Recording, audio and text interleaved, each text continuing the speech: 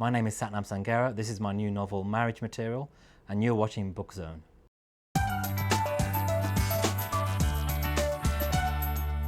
So what is Marriage Material about? It's a book about two sisters growing up in a shop in the Black Country in the 1960s, and it follows their life over 40 years until we meet them now in the present day. And I got the idea for it when I was watching David Starkey on Newsnight during the riots of 2011, when he slightly went off on one and said, oh, the riots proved that Enoch Powell was right in the Rivers of Blood speech in 1968.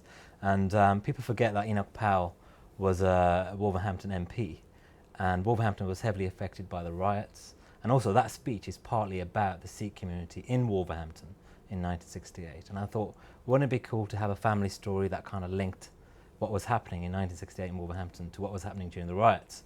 And so I came up with this idea. So your lead character is forced to return to his childhood home, a past he's trying to get away from. How much of this book is autobiographical? Well, I guess I was prepared for people to think that, because my first book was a memoir. And in a way, I think I began writing a novel as a way of kind of changing the conversation, because people, once you've written about your life, people think that they can endlessly ask you very personal questions. But when I began writing this book, I realized that actually there was going to be no way over that. People were just going to presume the characters were my family and myself. So in the end, I think I started to play with it quite self-consciously. And so, you know, the author portrait has me dressed up as a shopkeeper, and he's my age.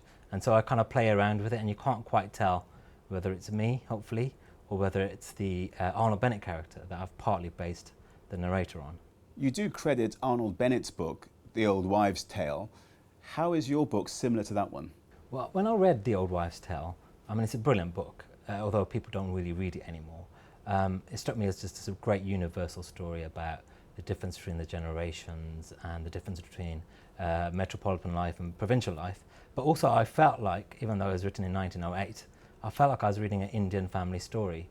The life of people working in the potteries in the 1870s was very similar to the life of immigrants working in Wolverhampton in the 1960s. There was a kind of obsession with hard work. The kind of accumulation of wealth was really valued, and also an overriding obsession with marriage.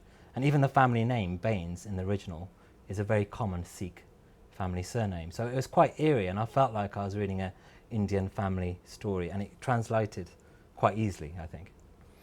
So is part of your mission so that people from outside the British Asian community can see a little bit about what life is like there and perhaps associate with it?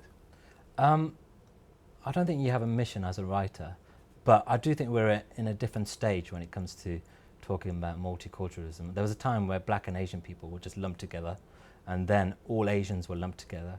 And I think now people have quite a sophisticated understanding of different communities and the difference between, say, Sikhs and Hindus and Muslims.